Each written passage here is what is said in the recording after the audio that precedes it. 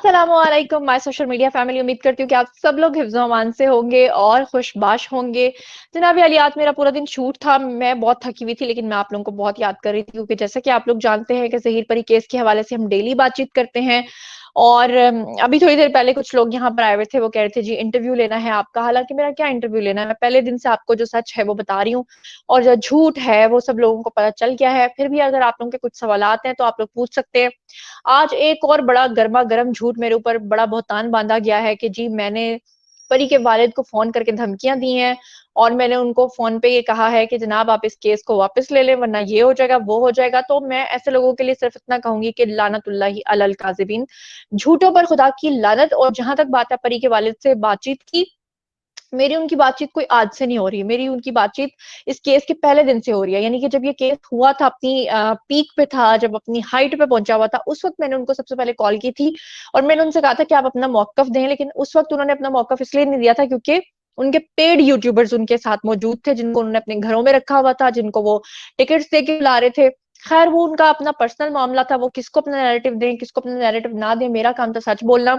वो पहले दिन से चाहते थे कि वो यूट्यूबर्स को गुमराह करके ये चीजें कहलवाएं कि वो किसी गैंग के हत्थे चढ़ गई है लड़की, जबकि मैं पहले दिन से आपको लड़की से मिलवा चुकी थी और मैं पहले दिन से आपको बता चुकी थी कि लड़की अगवा नहीं हुई है। लड़की ने अपनी मर्जी से शादी की है, लड़की अपनी मर्जी से आई है। अब देखते हैं कि आप लोग क्या सवाल करना चाहते हैं। तो पहले हमारे साथ कौन सी कॉलर है भाई, देखते हैं। अस्सलाम वालेकुम। जी अस्सलाम वालेकुम वालेकुम, अस्सलाम। मिसेस फरहान है जी। मिसेस फरहान, आप कहाँ से बात कर रही हैं और क्या कहना चाहेंगी? ओके, मैं लाहौर से बात कर रही हूँ और इस केस को जी मैं जी। बहुत टाइम से फॉलो कर रही हूँ।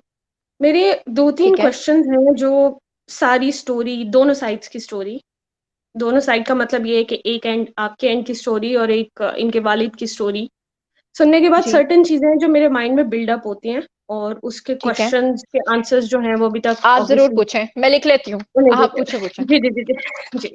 ठीक है। अच्छा, इसके अंदर एक चीज तो ये है कि मुझे ये चीज समझ में नहीं आ रही कि लाइक आपके एंड से इतनी श्योरिटी क्यों है कि बच्ची जो है वो सच बोल रही है।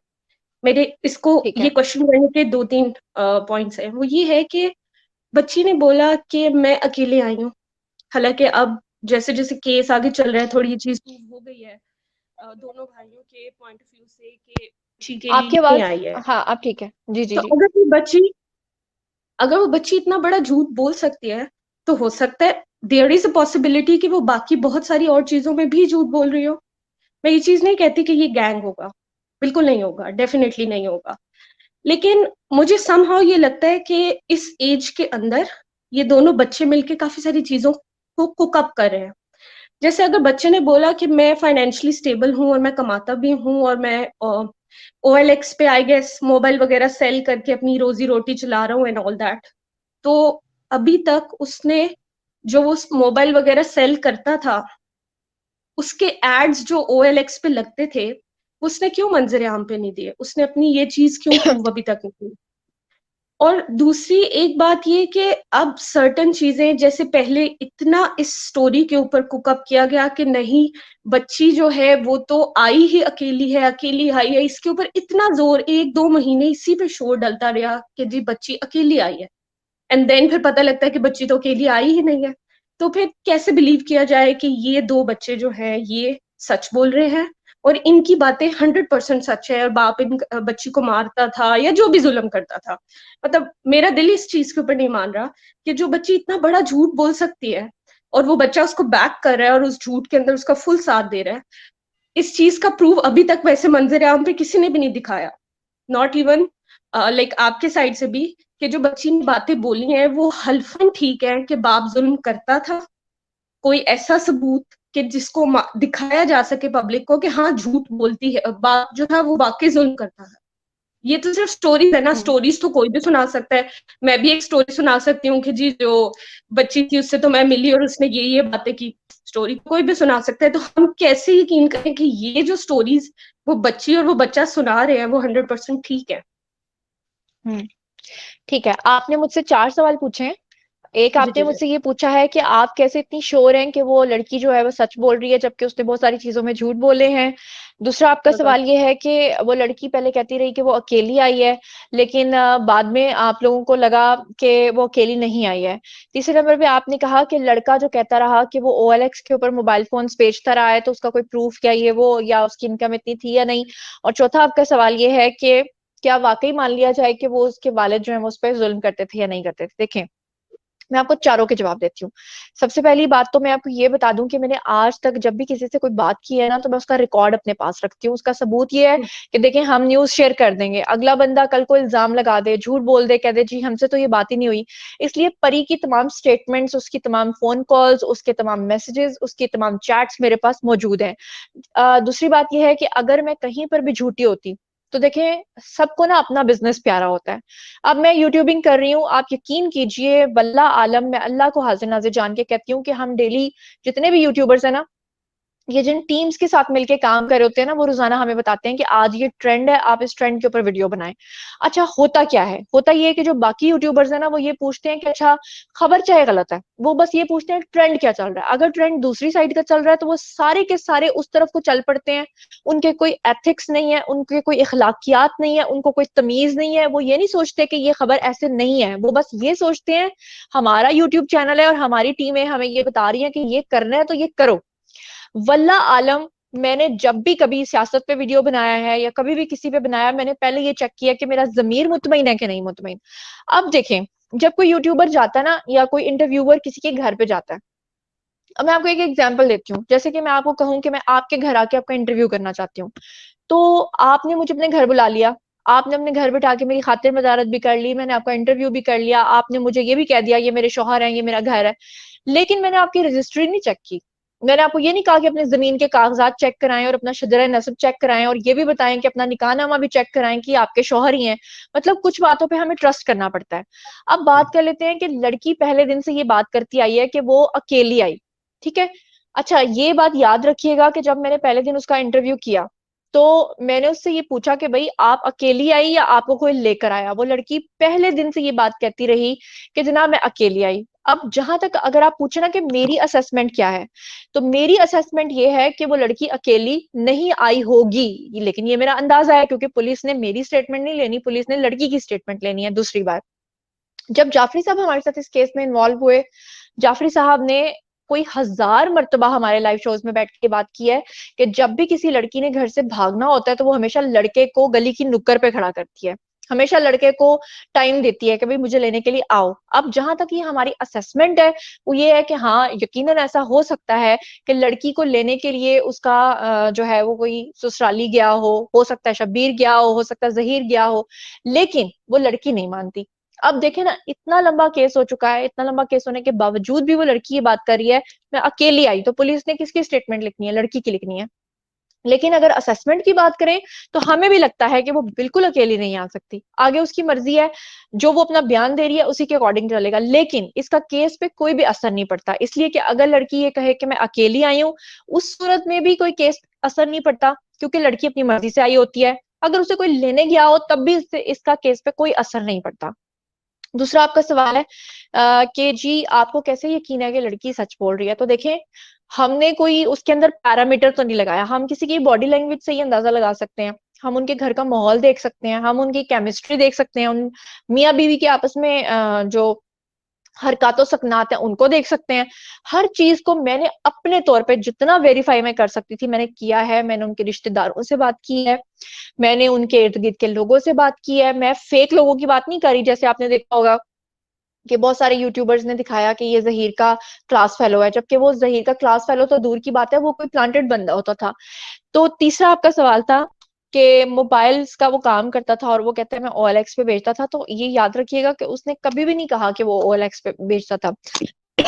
मैं आपको कंफर्म कर देती हूँ, उसने ये कहा था कि मोबाइल फोन्स की सेल परचेज का काम भी वो करता है, और उसके अलावा उसने कहा था कि वो हफीज सेंटर में एक शॉप थी, वहां पर वो काम करता था।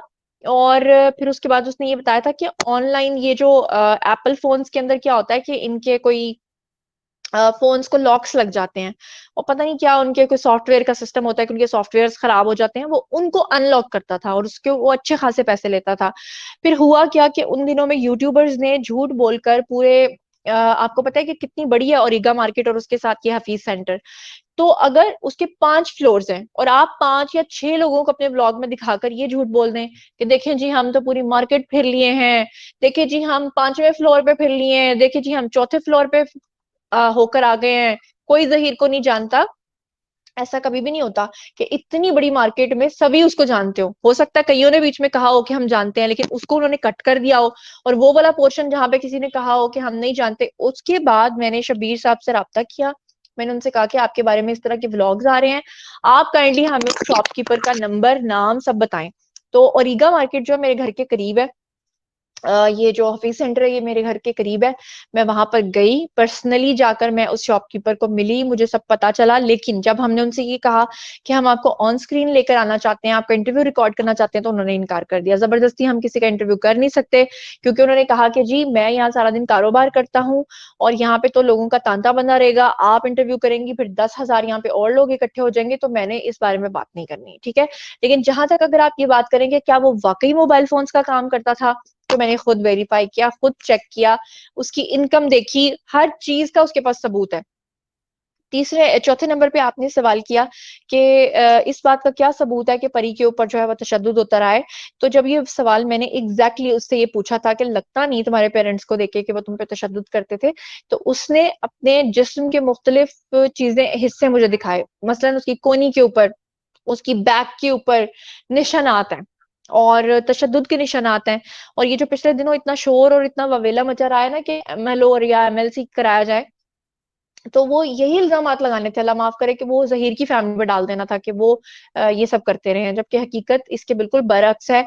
और बाकी रही बात की उसकी स्टेटमेंट की, तो जो अपनी स्टेटमेंट उसने आज तक दी है उसने बदली नहीं है। अगर वो कोई झूठी होती, किसी के कहने पे कह रही होती, तो आज तक वो अपनी स्टेटमेंट्स बदल चुकी होती। उसका सबसे बड़ा सबूत ये है कि अभी रिसेंटली उसने अपना जो चौथे आईओ को अपना बयान रिकॉर्ड करवाया है, उस बयान में उसने क्या कहा है, उसने कहा है कि जी जब उसे पूछा गया कि आप पुलिस के सामने सरेंडर क्यों नहीं कर रहे थे और क्यों भाग रहे थे, तो उसने कहा कि जी जो हमारे पहले वाले वकील थे राय खुरम, उनके मशवरे पे हम भागते रहे, वो हमें कहते थे कि पुलिस के हत्थे मत चढ़ना। तो जब वो इतनी बड़ी बात बता सकती है ये बिना ये सोचे समझे कि वो हमारे लॉयर हैं और हम उन्हीं की बात बता रहे हैं, तो वो बाकी बातें भी सही बता रही होगी। उसके बाद तो फिर अब कोई डंडा तो है नहीं जो हमने उठा लेना है। जो आज तक उसने स्टेटमेंट दी है उसको नहीं बदला। आज तक उसने 9 स्टेटमेंट्स रिकॉर्ड करवाई हैं और 9 की 9 में लफ्ज ब लफ्ज उसने जो कहा है वो सेम टू सेम है। तो अब देखते हैं कोई और कॉलर हमारे साथ मौजूद है कि नहीं। जी सफिया हैं हमारे साथ। तो सफिया आप काइंडली वीडियो कैम पे हमें ज्वाइन करें, ऑडियो पे हम किसी से भी बातचीत नहीं कर रहे। जी तो अब देखते हैं दूसरे कॉलर हमारे साथ कौन है। जहीर खान, अस्सलाम वालेकुम। कैमरा पे क्यों नहीं आ रहे आप?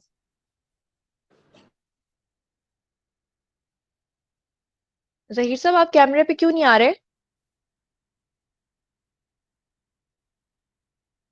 हेलो,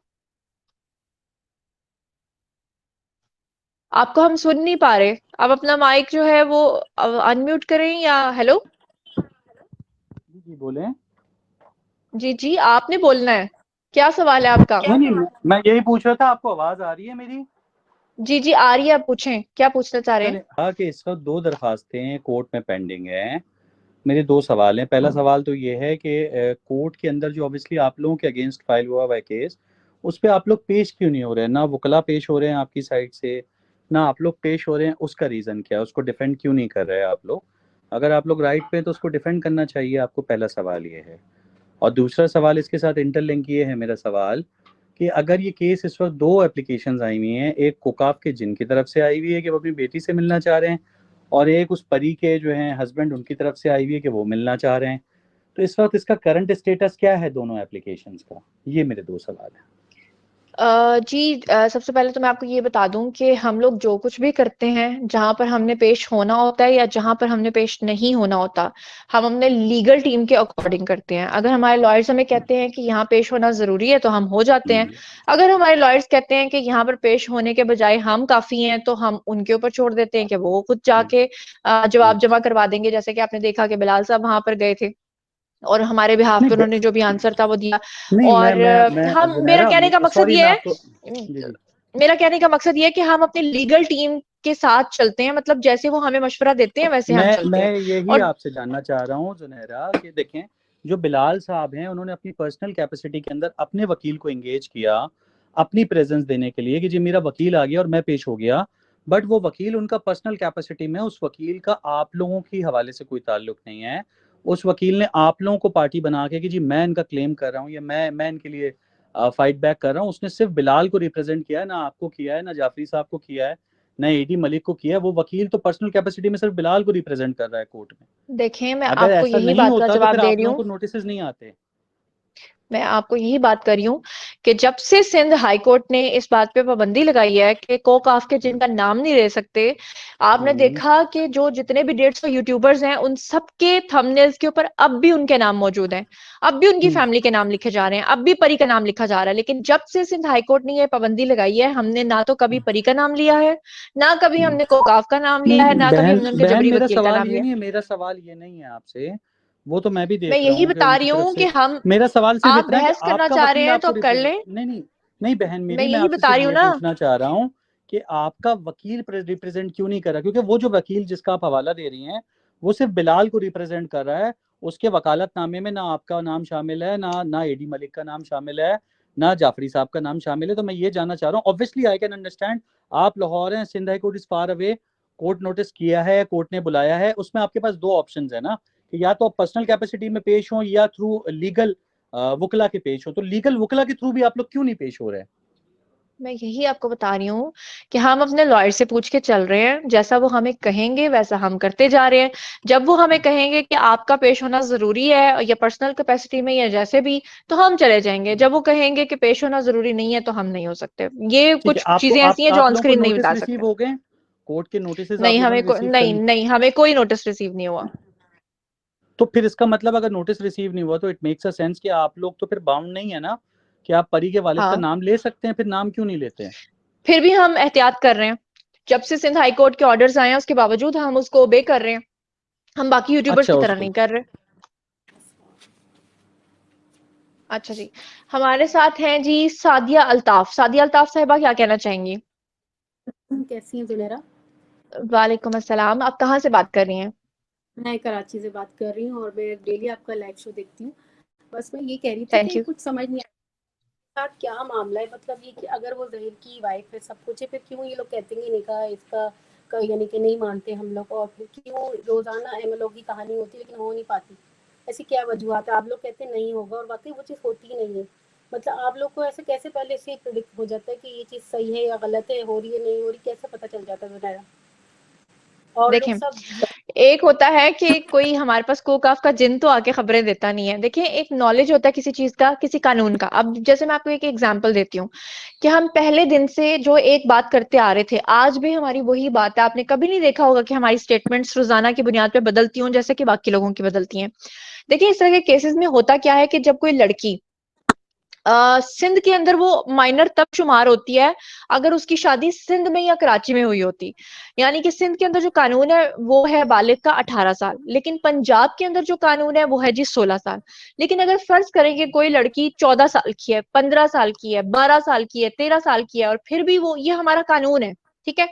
अब कानून ये कहता है कि अगर कोई लड़की निकाह कर लेती है, शरई निकाह, मौलवी साहब उसका निकाह पढ़ाते हैं, या कोर्ट मैरिज वो करती है, वहां पे भी अगर मौलवी साहब आके निकाह पढ़ा देते हैं, जो भी इसका प्रोसीजर होगा, जो भी तरीकाकार होगा, तो पाकिस्तान का कानून ये कहता है कि वो उस निकाह को फासिक करार नहीं दे सकते।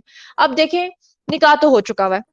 अब ऐसी सूरत हाल में आपको याद होगा कि जो परी के वालिद हैं, ये जब सुप्रीम कोर्ट गए थे, तो सुप्रीम कोर्ट ने, आपको याद होगा कि लड़की को अपने शौहर के साथ जाने की इजाजत दी थी। ये वही दिनों की बात कर रही हूँ जो 20 दिन के लिए वो अपने शौहर के साथ रही थी, और जब मैंने जाके उसका पहला इंटरव्यू भी किया था। अब यहाँ पे मैं आपको बता दूं कि वहां पे जज साहब से ये सवाल पूछा था जज साहब ने कि अगर हम पूरे दिन के लिए आपकी बेटी को आपके साथ छोड़ दें और फिर भी आपकी बेटी कहे कि मैंने अपने शौहर के साथ जाना है, तो आप क्या कहेंगे, क्या जवाब देंगे? तो परी के वालिद ने आगे से कहा कि मैं फिर भी अपनी बेटी को लेके जाऊंगा। तो मतलब ये तो हो गई जिदबाजी। अब जिदबाजी में अगर वो कहते हैं कि निकाह नहीं हुआ, तो फिर हम क्या कह सकते हैं?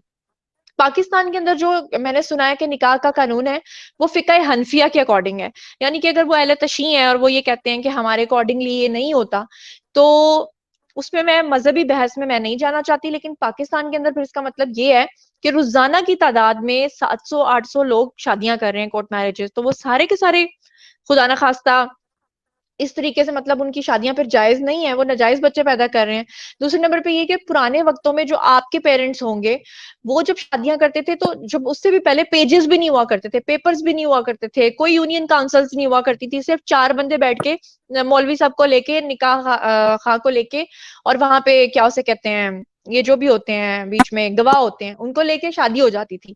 अब जिदबाजी का कोई इलाज नहीं है, जिद का मेरे पास भी कोई जवाब नहीं है। आप जो कह रही हैं कि आपको पहले कैसे पता चल जाता है, तो हमें ऐसे पता चलता है कि हमें कानून के अकॉर्डिंगली हम 4 से 6 जो लॉयर्स हैं, मसलन अगर जाफरी साहब हैं तो मैं सिर्फ जाफरी साहब पे रिलाई नहीं करूंगी, मैं और भी 4-6 लोगों से पूछूंगी कि भाई ऐसा होने वाला है, आपको लगता है कैसा होगा। जी, एमएलसी के बारे में, जी मैं आपको एमएलसी के बारे में बता दूं कि एमएलसी या एमएलओ जो आप कह रही है ना कि हम क्यों कहते हैं कि वो नहीं होगा। देखें, बदमाशी अगर करनी हो, जबरदस्ती कोई करना चाहे तो कर ले, वो उनकी मर्जी है। क्यों नहीं हो सकता, उसके लिए देखें कानून है। कानून ये कहता है कि अगर कोई लड़का और लड़की फ्रेशली एक दूसरे के साथ रह रहे हैं, मियां बीवी वाले हकूक अदा कर रहे हैं, और उसी दौरान जब उन्होंने हकूक़ ज़ौजियत अदा कर दिए हैं तो 72 आवर्स के अंदर अंदर अगर उन्होंने कोई शावर नहीं लिया तो उनको अगर आप लेके जाएं और उनके नमूने ले लें तो फिर उसके बाद पता चल सकता है एमएलओ का। अब वो लड़की तो 3 माह से वहां रह रही है। जी जी, क्या पूछ रही हैं? अब तो ड्रग्स दी गई है, फलानी है, जो भी XYZ जो बातें वो लोग कर रहे हैं तो वो चेक करना चाह रहे हैं, और जो उस पे कोई तशद्दुद हुआ है, कोई मारपीट हुई है, ये टोटल झूठ है, टोटल झूठ है। और मैं आपको बताऊं कि अगर मैं आपको अपनी एडमिन को कहूं कि कल आपने एक डॉक्टर साहिबा की तस्वीर चलाई थी, जरा दोबारा चलाए, मैं इनको दिखाना चाहती हूँ। इन डॉक्टर साहिबा को मेरे सोर्स के अकॉर्डिंग, मेरी न्यूज सोर्स के अकॉर्डिंग इनको बुलाया गया है पाकिस्तान, और ये एक साइकियाट्रिस्ट है और इनको ये कहा गया है, जी हटा दें स्क्रीन से, ये आपने देख लिया इनको, इनका नंबर भी स्क्रीन पे आ रहा है। इनको कहा गया कि पाकिस्तान में जाके एमएलसी में हिस्सा लो और लड़की को साबित करो कि लड़की जो है वो मेंटली रिटार्ड है, मेंटली अनस्टेबल है, लड़की का ज़हनी तवाज़ुन ठीक नहीं है, ताकि आइंदा अगर वो अपनी स्टेटमेंट्स दे तो अदालत में ये एक्सक्यूज पेश किया जा सके, ये लेम एक्सक्यूज दिया जा सके अदालत में कि जनाब आली लड़की का तो दिमागी तवाजुन ठीक नहीं है, इसलिए उसकी स्टेटमेंट्स का कोई वो मतलब नहीं बनता। तो ये इतनी बड़ी साजिश तैयार की जा रही है, इसीलिए इतना झूठ बोला जा रहा है, इसीलिए इतना दबाव जो है वो किया जा रहा है कि जी हर सूरत एमएलओ होना चाहिए, अदरवाइज एमएलओ की कोई सेंस नहीं बनती। सादिया अल्ताफ, आपको वीडियो पे आना पड़ेगा।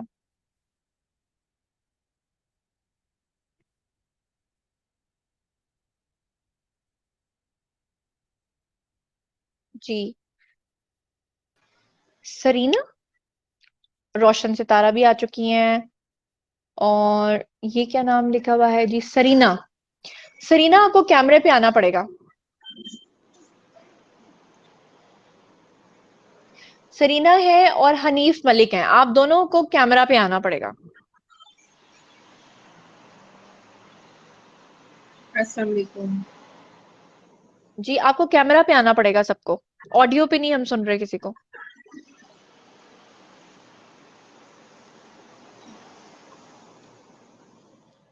सुनैना, मैंने आपको बताया भी था कि मैं जॉब पे हूँ। बस ठीक है, मैं जा रही हूँ, बस आपको देख लिया, बस देखना था और बस आपकी बातें सुननी थी, क्योंकि हमें आपको बताया हम एडिक्शन हो गई हुई है आपकी। जैसी शुक्रिया। लिंक देखते हैं कहते हैं कि देख ले सुनैना क्या कह रही है। बस मैं सिर्फ जी एक जी पॉइंट एड करके फिर मैं जॉब पे हूँ, मेरे पास टाइम नहीं है, जी मैं जी जा रही हूँ। मैं कह रही हूँ कि ये बंदा जो है इतना इसने रिसोर्सेज इस्तेमाल किए, जाहिर सी बात है पैसा भी खर्च किया और इतने एफर्ट्स लगा रहा है, तो ये बच्ची की तरबियत में अगर इतना एफर्ट लगाता और बच्ची की मतलब उसके जो ब्रॉटअप है उसमें इतनी मेहनत करता, तो आज तो इसको मतलब ये इतना मतलब जुनूनी किस्म का बंदा है। अगर अपने बच्चों में ये एनर्जी अगर ये लगा देता तो मुझे नहीं लगता आज इसको ये दिन देखना पड़ता। तो हम पता नहीं क्या हकीकत है। अजीब है कि ये जो डॉक्टर इन्होंने बुलाया है ये इसके बाप का भी इलाज करवाए, क्योंकि पहले इलाज इसके बाप को बहुत जरूरत है इस इलाज की, साजिद क्योंकि आप अली साहब, बच्चे आप स्क्रीन के ऊपर साजिद अलवी साहब, आप स्क्रीन के ऊपर नहीं कर सकते स्मोकिंग, ये हमारी कम्युनिटी गाइडलाइंस को भी शायद कहीं वो ना करता हो, तो आप या तो इसको साइड पे रखें या फिर पी के आ जाएं। जी जी रोशन। मैं यही कह रही थी, मैंने कहा ये बंदा जो है ना पहले अपने दिमाग का इलाज करवाए फिर किसी मतलब वो करे आगे। अगर ये एनर्जी इतने एफर्ट्स इतने पैसे अगर ये अपने बच्चों की अच्छी तरबियत में लगाता तो आज इसको ये दिन देखना नहीं पड़ता। पता नहीं दुनिया में बहुत अजीब अजीब और लोग हैं, हम तो हैरान होते आपने हैं। देखा इतना झूठ, अब नया झूठ निकाला है कि जी मैंने उनके वालिद को फोन करके कहा है कि केस वापस ले लो वरना मैं ये कर दूंगी, मैं वो कर दूंगी। नहीं नहीं, ये पता है क्या, धमकियां भी यही दे सकता है, सब कुछ यही कर सकता हम इसके ये तो बहुत ही कोई पहुंचा हुआ बंदा लग रहा है, तो इतने रिसोर्सेज इस्तेमाल कर रहा है, इतनी एनर्जियां, इससे इतने लोग ला रहा है, बीच में यही कर सकता है, जो धमकी भी यही दे सकता है, को नुकसान भी यही पहुंच, सब कुछ यही कर सकता है, हमने सभी साफ नजर आ रहा है। क्योंकि ये बंदा पता नहीं क्या कैसा बंदा है, हमें समझ नहीं है, कोई नॉर्मल बाप, कोई नॉर्मल इंसान इतनी हरकतें नहीं कर सकता, इतनी जिद में, बिल्कुल ऐसा ही है, इतना पता नहीं, अल्लाह जाने बस। बिल्कुल ऐसा ही है। चले मेरी तरफ से अल्लाह हाफिज, अपना बहुत बहुत ख्याल रखिएगा। बस अल्लाह आपको आपकी हिफाजत करे, उन बच्चों की भी हिफाजत करे, और अल्लाह हाफिज, टेक केयर, आमीन जिंदा। आमीन, बहुत बहुत शुक्रिया, थैंक यू। जी जी साजिद अलवी साहब क्या कहना चाह रहे हैं? अच्छा, ये जो हनीफ साहब बात कर रहे थे, वैसे अरमान साबिर के बारे में पूछना था मुझे, क्योंकि अरमान साबिर साहब मेरे इलाके में ही रहते हैं। ये जो आवाज कॉल आ कर रही है रहे थे? आपको? जी जी जी आ रही है। पहले तो हनीफ मलिक का जवाब दूंगा मैं, उसके बाद अरमान साबिर जी का पूछूंगा, क्योंकि अरमान भाई मेरे इलाके में ही रहते हैं। अच्छा। सही। हनीफ मलिक साहब ने अभी, बहरहाल बहुत गुस्से में आया था वो एक बात कर रहा था कि उसने निकाह के बारे में कोई बात कही, और वली पे पॉइंट वली पे आता है ना। अब ये वली वली पे बात खेल रहे हैं। वली के बारे में क्या फरमाया गया? अगर बाप नहीं है तो इलाके का कोई बड़ा नहीं है तो फिर ज्यूरर होता है ना, ज्यूरी कोर्ट्स होती है, ज्यूरी सिस्टम होता है। ज्यूरी हम्म। नहीं है तो हाकिम वक्त या जी नुमाइंदा हुकूमत। नुमाइंदा जी हुकूमत उस वक्त कौन थे? राय खुर्रम साहब। बिल्कुल। सही है, बार एसोसिएशन गवर्नमेंट बॉडी है ना। हम्म। अब इन जाहिलों को कौन समझाए? अब आप, मैं क्या मैंने कहूँ इसलिए इनको? कहा ना कि मैं मजहबी बहस नहीं करती, क्योंकि अगर मैं ऐसी बात कर दूंगी तो वो खुदा ना खास्ता बहुत ही मसला खराब हो सकता है, मेरे ऊपर डाल सकते हैं भाई। इस तरह हम ऐसे मुल्क में रहते हैं जहाँ पे किसी के ऊपर भी ब्लास्फेमी लगा दी जाती है, इसलिए मैं मजहबी बहस नहीं करती। लेकिन मेरा ये बिल्कुल। सवाल है कि अगर फिक्र हनफिया के अकॉर्डिंगली पाकिस्तान के अंदर निकाह जायज है, तो इसका मतलब है कि रोजाना हजारों की तादाद में शादियां हो रही हैं, तो वो क्या सब नाजायज शादियां कर रहे हैं? वो सब नाजायज बच्चे पैदा कर रहे हैं? इसका मतलब है कि एक इस्लामी जमहूरिया पाकिस्तान के अंदर, अल्लाह माफ करे, इस तरह का कानून तो हो नहीं सकता जो शरीयत के खिलाफ हो। लेकिन वही आपकी वाली बात है कि जाहिलीन को आप कभी बातें नहीं समझा सकते, आप कुछ भी कर लो नहीं समझा सकते। ये भरा हुआ आया था, मुझे लग रहा है। और बहुत सारे मलिक्स को मैं जानता हूँ। सही है, इनमें मेजॉरिटी उस फिके के होते हैं। और मुझे भी सैयद बना दिया था सही। नाना जी। को। तो जी।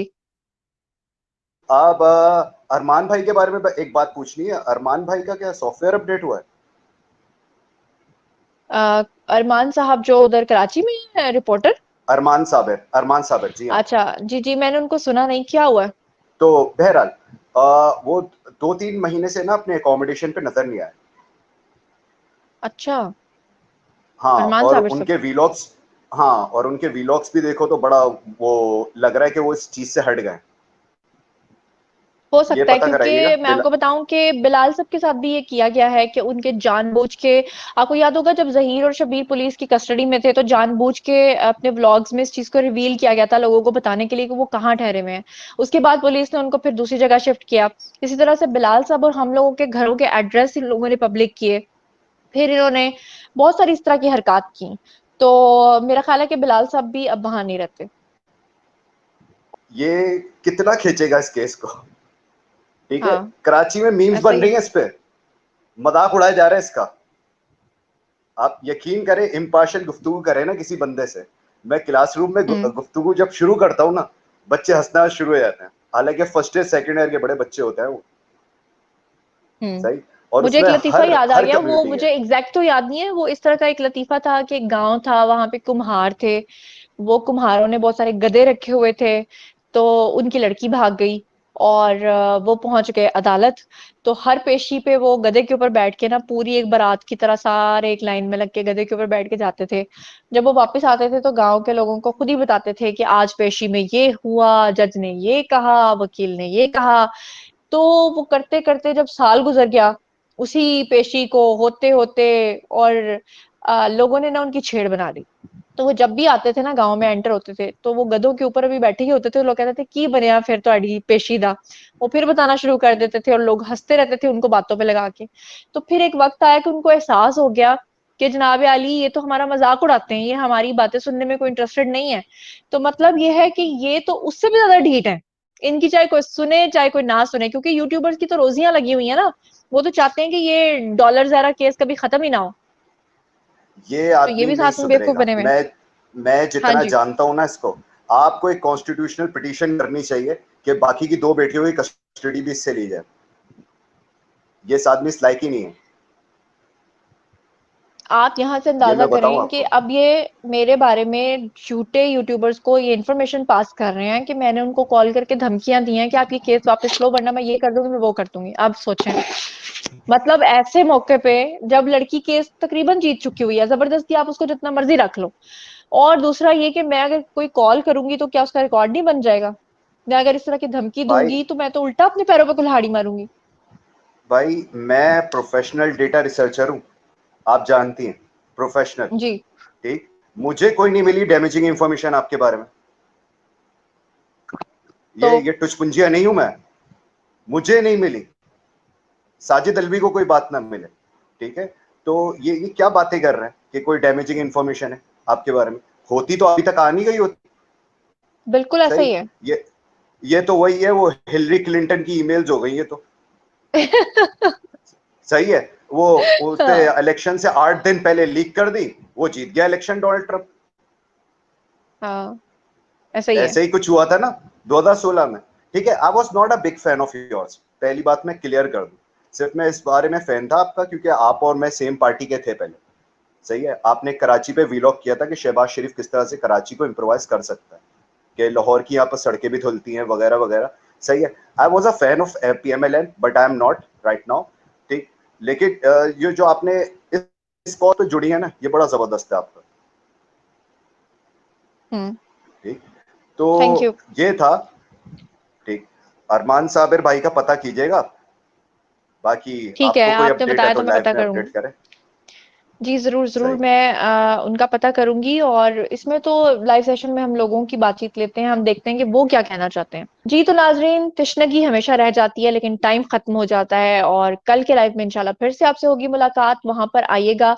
ज़हीर परी केस के हवाले से आपका जो भी सवाल हो आइएगा, पूछिएगा, हम आपको पर्सनली मैं वहाँ पे जवाब दूँगी। मज़ीद खबरें, व्लॉग्स, इंटरव्यूज़ और सियासी तज्ज़िये जानने के लिए मेरे साथ कनेक्टेड रहना हरगिज़ मत भूलिएगा। चैनल को सब्सक्राइब कर लीजिएगा। अपना बहुत ख़्याल रखिएगा। अल्लाह ने के बाद।